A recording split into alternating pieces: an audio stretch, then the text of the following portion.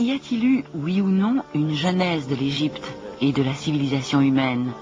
Ces monuments ont vu passer des millénaires et ont gardé leurs secrets dans un silence majestueux. Bauval et Hancock voient les cieux et les constellations qui s'y reflètent. Les anciens astronomes ont inscrit une date étonnante partout, non plus en termes vagues, mais clairement et de manière détaillée.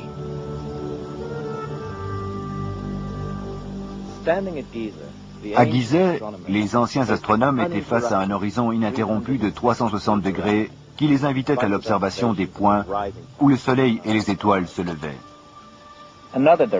Une autre direction retenait aussi leur attention, la ligne nord-sud qui divisait le ciel immédiatement au-dessus de leur tête. Ils observaient les étoiles quand elles traversaient cette ligne. En 10 500 avant Jésus-Christ, quand les 3 étoiles de la ceinture d'Orion traversaient cette ligne, elles le faisaient suivant un schéma qui était exactement celui des 3 pyramides au sol.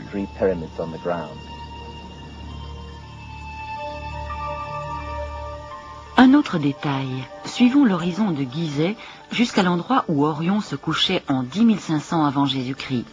Pour les observateurs, c'était ici, là où la ceinture d'Orion est marquée avec une extrême précision par 3 petites pyramides qui établissent précisément l'endroit où les étoiles se couchaient en 10 500 avant Jésus-Christ.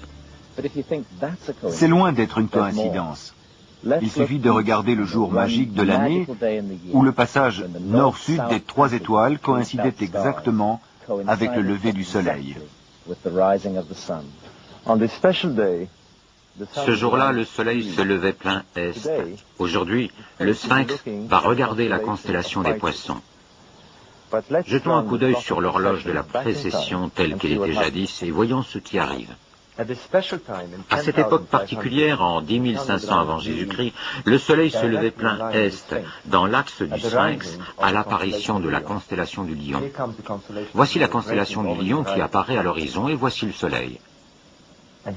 À cette époque, à l'ère du Lion, le Sphinx regardait sa propre image dans le ciel.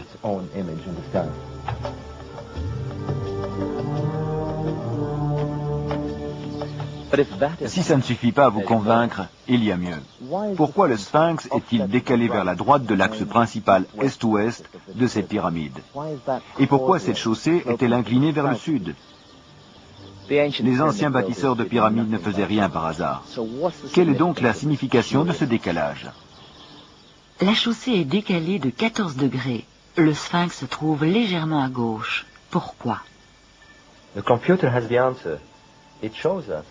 L'ordinateur donne la réponse. Il nous montre que c'est ici que le soleil se lèverait dans la direction de la chaussée, 14 degrés vers la droite, dans l'exact alignement de la chaussée.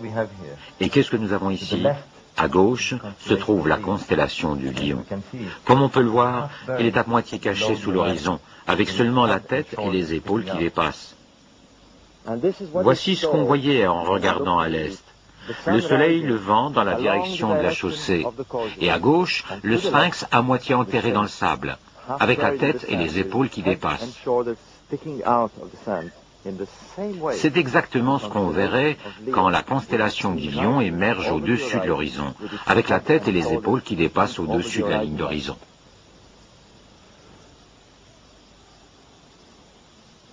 Le Sphinx et les pyramides s'associent pour former un gigantesque hologramme astronomique du ciel d'Égypte vers 10 500 avant Jésus-Christ. Ce sont les principaux corps célestes de cette époque qui sont représentés avec une extrême précision, sous tous les angles de vision et dans toutes les directions. Quand on se souvient de l'incroyable précision avec laquelle les bâtisseurs de pyramides travaillaient, il est impossible d'imaginer qu'une telle complexité soit le fruit du hasard. Ce que nous avons ici, c'est une référence très nette à cette époque, à 10 500 avant Jésus-Christ, presque 8000 ans avant le début supposé de la civilisation égyptienne.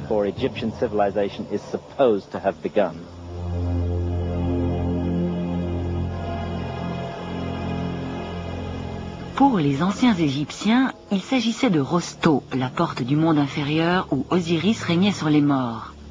Pour les pharaons défunts, c'était la porte par laquelle ils se réincarnaient parmi les étoiles. De nos jours, c'est une nécropole géante où, depuis des temps immémoriaux, les morts occupent un lieu empreint de sainteté et de mystère aussi vieux que l'humanité. Toute civilisation se réfère à un mythe de création, à un début. Les Égyptiens, eux, avaient une idée très claire de ce qui s'était passé au début de leur civilisation. Ils nous disent que la Terre était entièrement recouverte d'eau. La Terre matérielle, physique, est sortie de l'eau et a formé une butte sur laquelle la création a commencé. Il y a une première aube, un premier lever de soleil. C'est un peu comme si le roi qui a bâti ces pyramides voulait rappeler ce moment, le temps des dieux. Il était normal que les rois veuillent le commémorer, l'immortaliser dans une expression grandiose. Pour moi, si but primitive il y a, c'est de Gizeh qu'il s'agit. Les textes anciens parlent de Gizeh, d'Héliopolis comme de l'endroit de la création. Nous devrions peut-être les prendre au pied de la lettre. Ils nous disent que c'est ici que le monde a été créé. Et qui aurait-il de mieux pour commémorer ce moment fantastique de la création que des monuments tels que ceux-ci ? Je crois que le Sphinx est peut-être réellement un vestige de la civilisation perdue qui existait à cet endroit il y a 12 500 ans. Nous ne prétendons pas que les pyramides ont 12 500 ans. Ce que nous disons, c'est que les pyramides évoquent cette époque lointaine. Pour moi, cela ne fait aucun doute. Les Égyptiens étaient les héritiers d'un ancien savoir et d'une ancienne sagesse. La théorie des égyptologues selon laquelle ces monuments ont été créés par une civilisation débutante est absurde. Ces monuments expriment une accumulation de connaissances et de sagesse. Pour moi, ils signifient la fin de quelque chose, pas le début de quelque chose.